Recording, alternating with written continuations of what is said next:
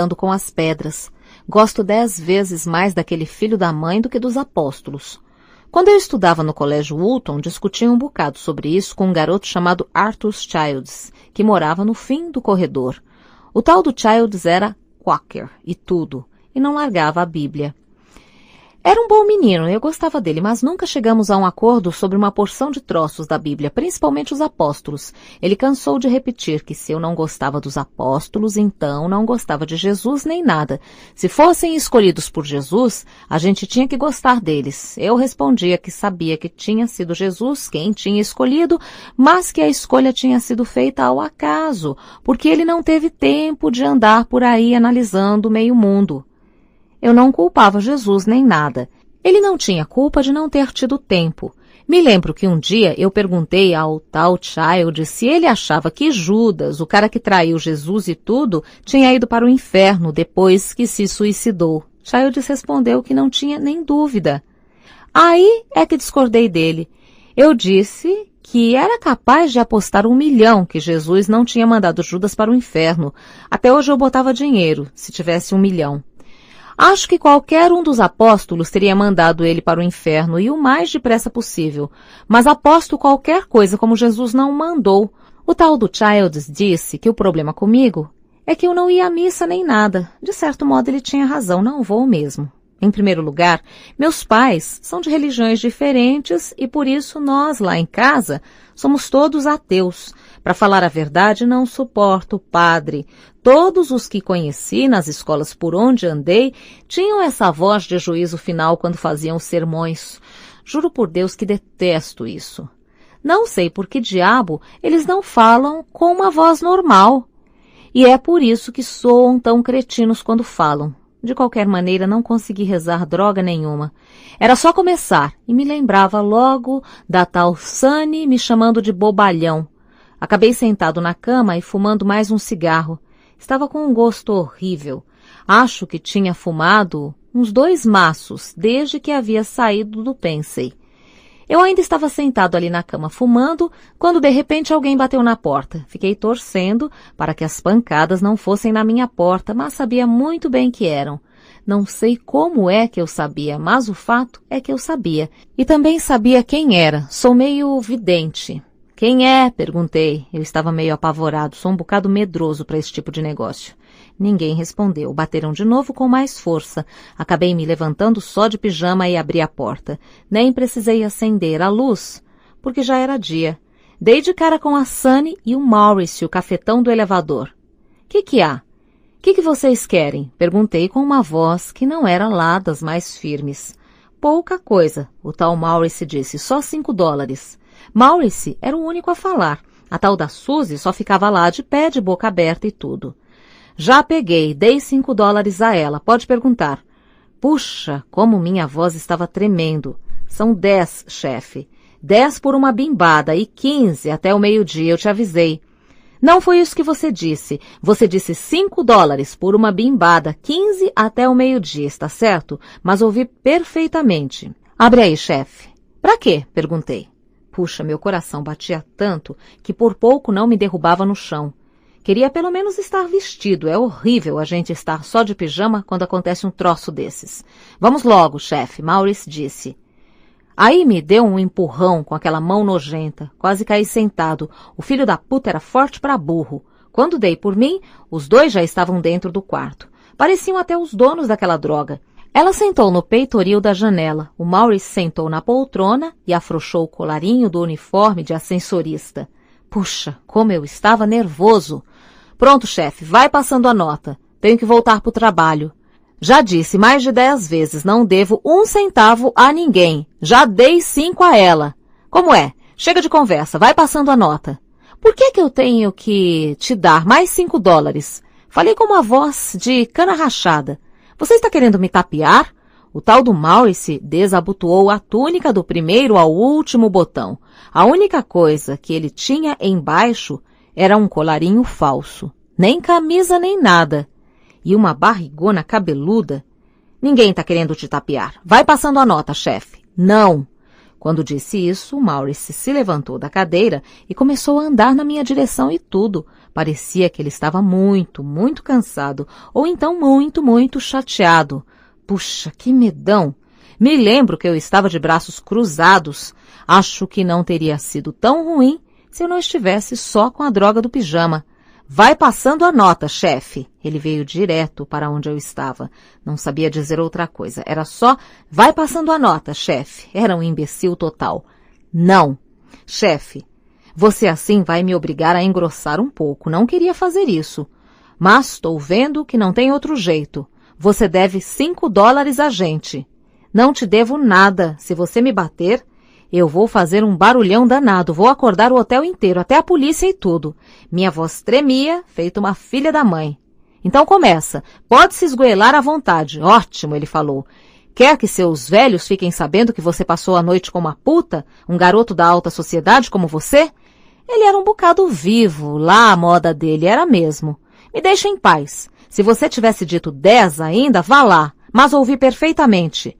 Como é? Vai dar ou não vai? Me imprensou contra a parede. Estava praticamente em cima de mim, com aquela barrigona imunda e cabeluda e tudo. Me deixa em paz, dá-o fora do meu quarto, respondi. Eu continuava de braços cruzados e tudo. Puxa, como eu era trouxa.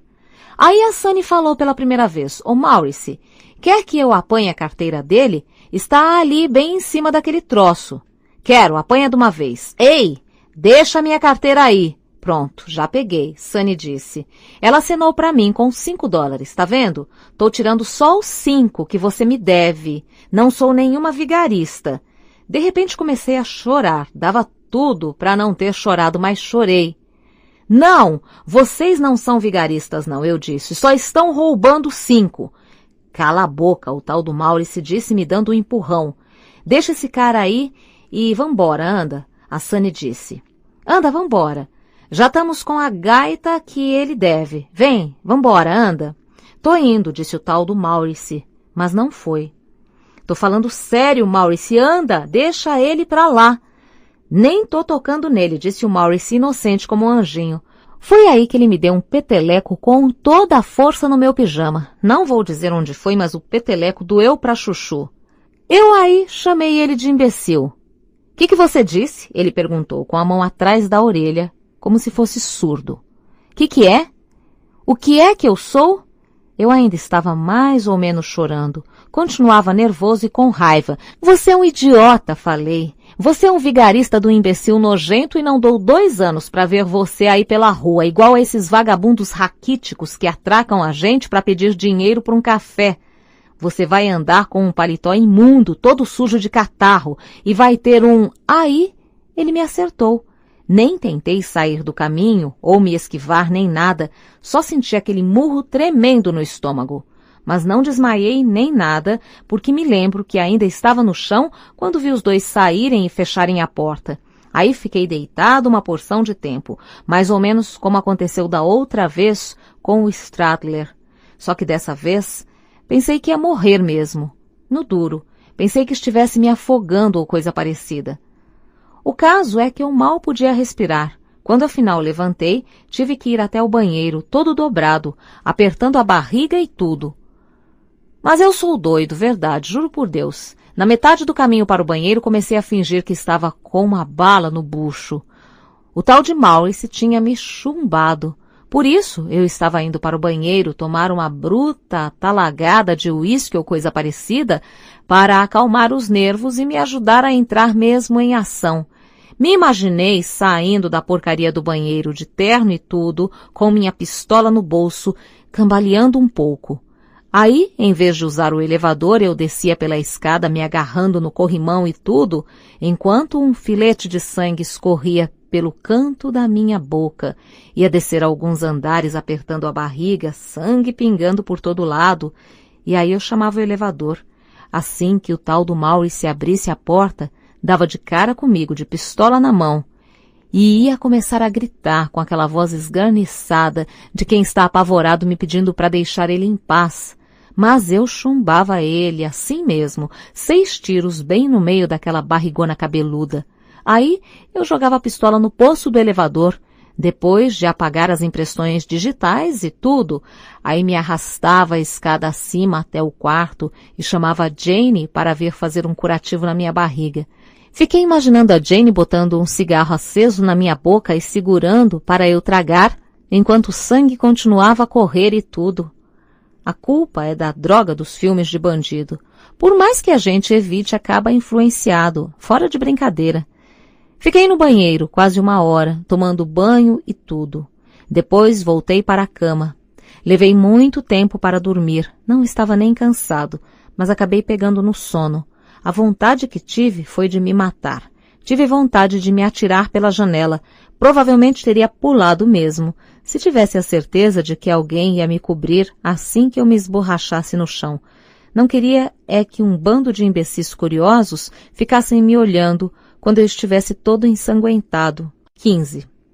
Dormi pouco, porque eram só umas 10 horas quando acordei. Fumei um cigarro e logo depois senti uma fome desgraçada. Não tinha comido nada desde aqueles 2 hambúrgueres com o Brossard e o Ackley quando fomos ao cinema em Agerson.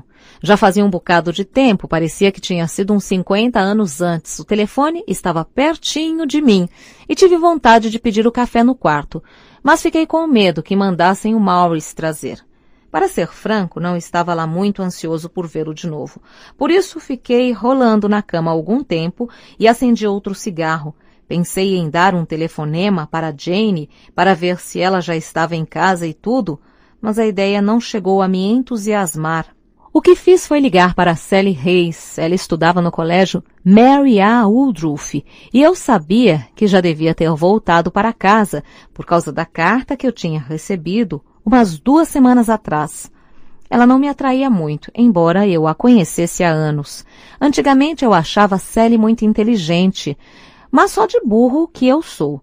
Só porque ela entendia de teatro e peças e literatura e todo esse negócio. Quando as pessoas sabem um bocado sobre essas coisas, a gente leva um tempão para descobrir se são burras ou não. No caso da Sally, eu levei anos. Com certeza teria descoberto muito antes se nós não tivéssemos namorado tanto. O meu problema é que eu sempre acho inteligente a pequena com quem estou me esfregando no momento. Uma coisa não tem droga nenhuma a ver com a outra, mas continuo pensando assim. De qualquer maneira, liguei para a casa dela. Primeiro me respondeu a empregada, depois o pai, depois veio ela, Sally. Sim, quem fala? Ela perguntou. Era uma cretinazinha de marca maior. Eu já tinha dito ao pai dela que era eu. É Holden Caulfield, como vai? Holden, vou bem, e você? Muito bem, escuta. Como vai você? Quer dizer, como vai de colégio? Vou bem, ela disse. Quer dizer, sabe como é, né? Ótimo. Bem, escuta aqui. Será que você tem algum compromisso para hoje? É domingo, mas sempre tem 1 ou 2 matinês no domingo, de caridade ou coisa que o valha. Quer ir? Gostaria muito, grande ideia, magnífico. Magnífico. Se há uma palavra que eu odeie, é magnífico. É tão cretina. Por um segundo tive vontade de dizer que era melhor desistir da matinê. Mas batemos papo durante algum tempo. Isso é, ela bateu papo. Não consegui encaixar nenhuma palavra. Primeiro me falou de um camarada de Harvard que andava doido atrás dela. Um calouro, com certeza, mas é claro que isso ela não ia dizer. O cara telefonava dia e noite, não aguento. Depois contou que outro cara, um cadete de West Point, também estava gamado por ela. Grande vantagem. Afinal, mandei que ela me encontrasse debaixo do relógio da Biltmore, às 2 horas, e que não se atrasasse porque a peça ia começar às 2:30. Ela sempre se atrasava. Aí desliguei. Ela era chata pra burro, mas era um bocado bonita.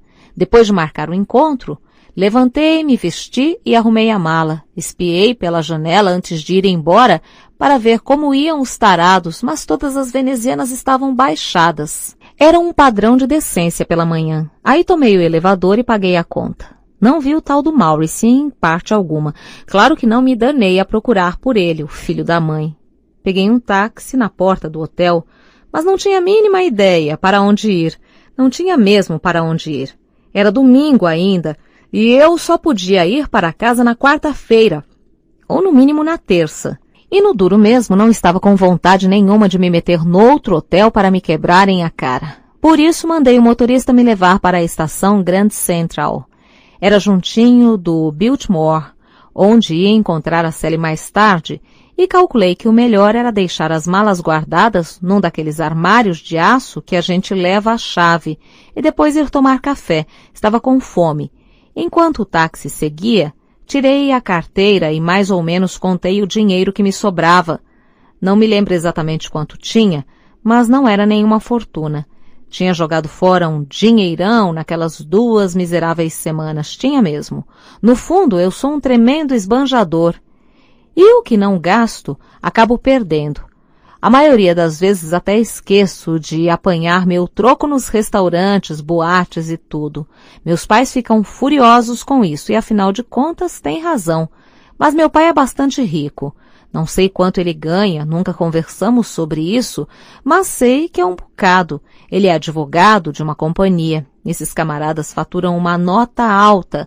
Outra prova de que ele está muito bem de vida é que está sempre investindo em peças da Broadway. As peças sempre fracassam e minha mãe fica maluca quando ele faz isso. Desde que meu irmão Ali morreu, ela não tem estado muito bem. É muito nervosa.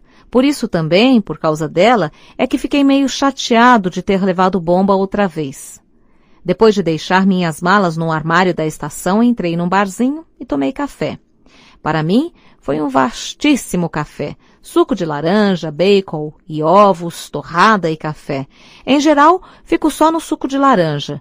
Como muito pouco. Verdade mesmo. É por isso que sou tão esquelético. Eu devia fazer uma espécie de superalimentação para aumentar o peso e tudo, mas nunca fiz. Quando estou fora de casa, geralmente só como sanduíches de queijo e leite maltado. Não é muita coisa, mas o leite maltado tem um monte de vitaminas HV Caulfield. Holden, vitamina Caulfield. Enquanto comia meus ovos, entraram 2 freiras, com valizes e tudo. Achei que estavam se mudando de convento ou coisa parecida e esperavam um trem. E sentaram no balcão. Pareciam não saber que diabo fazer com as valizes, por isso dei uma mãozinha. As valizes eram daquelas baratas para burro, das que não são de couro de verdade nem nada. Isso não tem grande importância, eu sei, mas odeio ver alguém com essas malas ordinárias. É chato confessar, mas sou capaz de odiar alguém só de olhar, se a pessoa estiver carregando umas valizes iguais àquelas. Uma vez me aconteceu um troço enjoado. Foi quando eu estava no Elkton Hills e meu companheiro de quarto, um tal de Dick Slagle, tinha uma dessas malas muito vagabundas. Ele guardava a mala debaixo da cama e não no porta-malas, para que ninguém a visse junto das minhas. Isso me deprimia pra burro. Eu tinha vontade de jogar fora as minhas malas ou coisa parecida, ou até mesmo fazer uma troca com ele. Minhas malas tinham sido compradas numa loja de classe, eram de couro de bezerro e tudo mais, e acho que custaram um dinheirão. No fim, acabei escondendo também as minhas malas debaixo da minha cama, em vez de botá-las no porta-malas, para que o Slagle não ficasse com complexo de inferioridade. Sabe o que ele fez? No dia seguinte, tirou as minhas malas debaixo da minha cama e pôs tudo de novo no porta-malas. E fez isso. Levei algum tempo para descobrir, porque queria dar a impressão a todo mundo de que as minhas malas eram dele. Queria mesmo. Era um sujeito gozado. Por exemplo, vivia falando sobre as minhas valizes, que eram novas e burguesas demais. Essa era a palavra predileta dele. Tudo meu era burguês para diabo. Até minha caneta tinteiro era burguesa. Vivia pedindo a caneta emprestada, mas nem por isso ela deixava de ser burguesa. Só moramos juntos por uns 2 meses. Depois, nós 2 pedimos para mudar de quarto. O mais engraçado é que depois da mudança, eu senti falta dele, porque o safado tinha um senso de humor infernal e de vez em quando nós nos divertíamos à beça. Não me admiraria se ele também sentisse saudade de mim. No começo ele chamava minhas coisas de burguesas só de brincadeira e eu não dava bola. Achava até meio engraçado. Depois de algum tempo ficou evidente que ele não estava mais brincando. O negócio é que é um bocado duro ser companheiro de quarto de um sujeito se as malas da gente são muito melhores que as dele. Se as da gente são boas mesmo e as dele não. A gente ainda pensa que se o outro é inteligente e tudo mais e tem senso de humor, não vai dar pelota para esse negócio das malas. Mas o fato é que dá mesmo. É por isso que fui morar com um filho da mãe imbecil feito Stradlater. Pelo menos as malas dele eram tão boas quanto as minhas. Afinal, as duas freiras se sentaram ao meu lado e nós acabamos conversando. A que estava junto de mim carregava uma daquelas cestinhas em que as freiras e as donas do Exército da Salvação coletam dinheiro na época do Natal. Essas que a gente encontra nas esquinas, principalmente na Quinta Avenida, em frente das grandes lojas e tudo. A cestinha da que estava ao meu lado caiu no chão e me abaixei para apanhar. Perguntei se ela estava recolhendo dinheiro para as obras de caridade e tal. Ela disse que não. Disse que a cesta tinha sobrado na hora de arrumar as malas e por isso a havia trazido na mão. Ela tinha um sorriso simpático quando olhava para a gente. Tinha um nariz grande e usava óculos, daqueles com uma espécie de aro de ferro, que não são lá muito elegantes, mas tinha uma cara bondosa para chuchu. Se a senhora estivesse recolhendo dinheiro, falei, eu talvez pudesse fazer uma pequena contribuição, ou então a senhora podia guardar o dinheiro para quando for a época. Oh, que bondade a sua, ela disse, e a outra, a amiga dela, olhou para mim. A outra estava lendo um livrinho de capa preta enquanto bebia o café. Parecia uma bíblia, mas era fininho demais. Mas era como uma bíblia. As duas estavam tomando só café com torradas. Já isso me deprimiu. Odeio estar comendo bacon, com ovos ou qualquer outra coisa e ver outra pessoa tomar só café com torradas. Elas acabaram aceitando uma contribuição de $10. Ficaram perguntando se eu tinha certeza de que não ia me fazer falta e tudo. Eu disse que tinha bastante dinheiro, mas elas pareciam não acreditar muito. Mas acabaram aceitando o dinheiro e continuaram a me agradecer tanto que chegava a encabular. Levei a conversa para assuntos gerais e perguntei para onde elas iam. Contaram que eram professoras e estavam chegando de Chicago para começar a ensinar num convento da rua 168 ou 186, uma daquelas ruas lá nos cafundós do Judas. A que estava sentada ao meu lado, com os óculos de aro de ferro, disse que ensinava inglês e a amiga dela ensinava história e política americana. E eu comecei a pensar o que é que aquela que estava ao meu lado e ensinava inglês devia pensar, sendo freira e tudo, quando lia certos livros, como parte de seu trabalho de professora. Livros que não são só sobre esses troços de sexo, mas com histórias de amantes e tudo, assim como a tal de Eustácia Valle em A Volta do Navio, de Thomas Hardy. Embora o livro não tivesse sexo demais, a gente não pode deixar de imaginar o que é que uma freira pensa quando lê sobre a tal da Eustácia. Não falei nada, claro. Só disse que inglês era o meu forte. É mesmo? Ah, que bom, falou a de óculos, que ensinava inglês.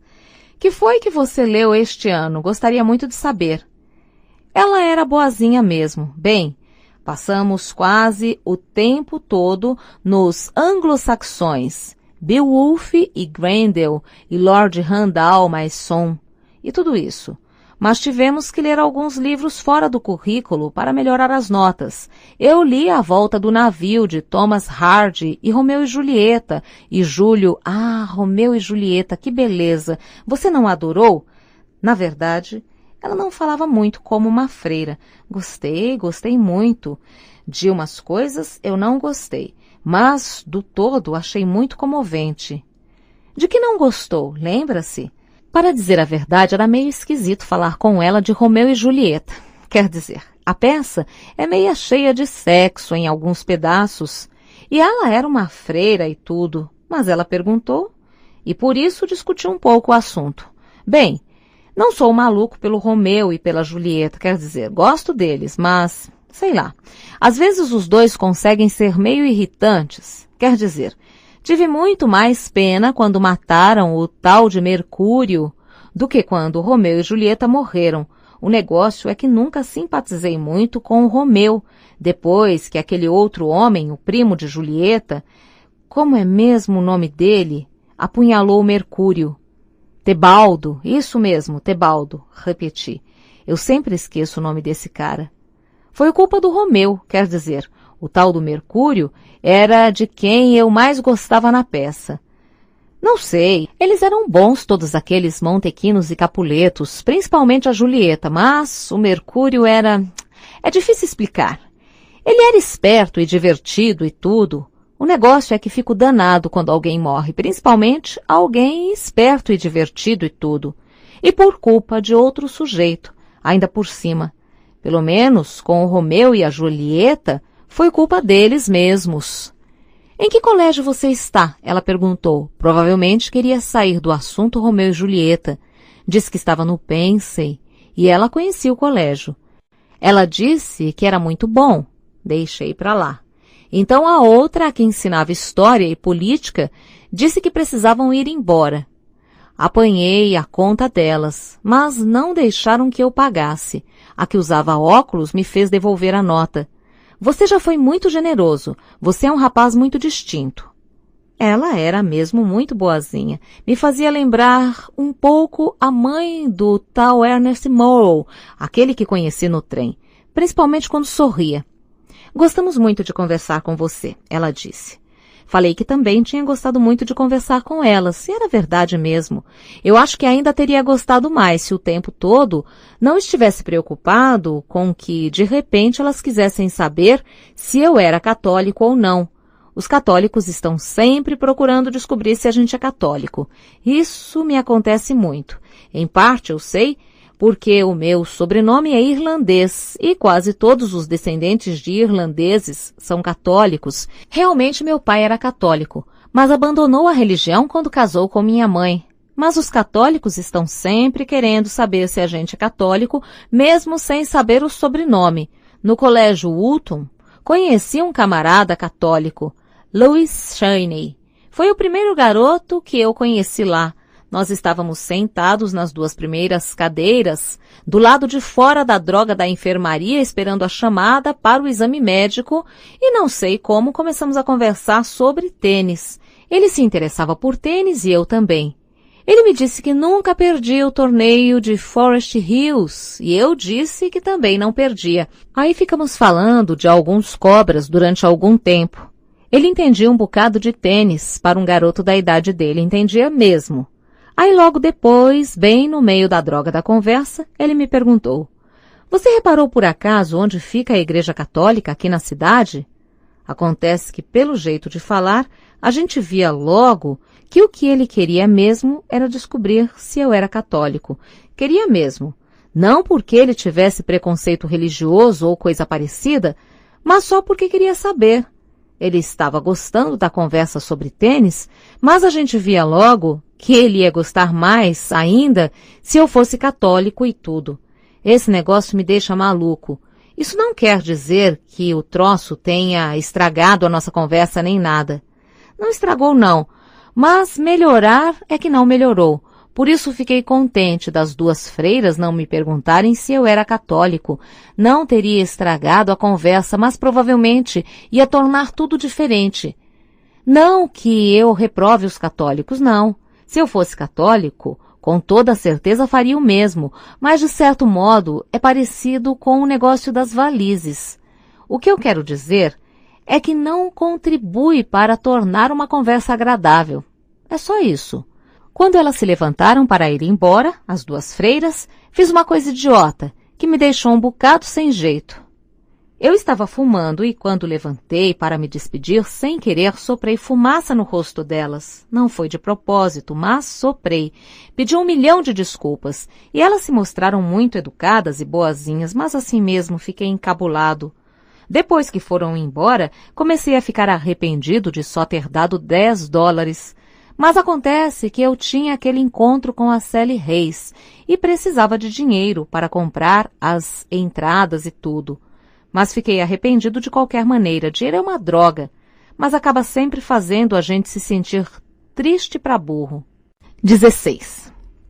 Depois do café, como o meu encontro com a Célia era às 2h e ainda não havia passado do meio-dia, resolvi dar um passeio a pé. Não conseguia parar de pensar nas duas freiras. Não me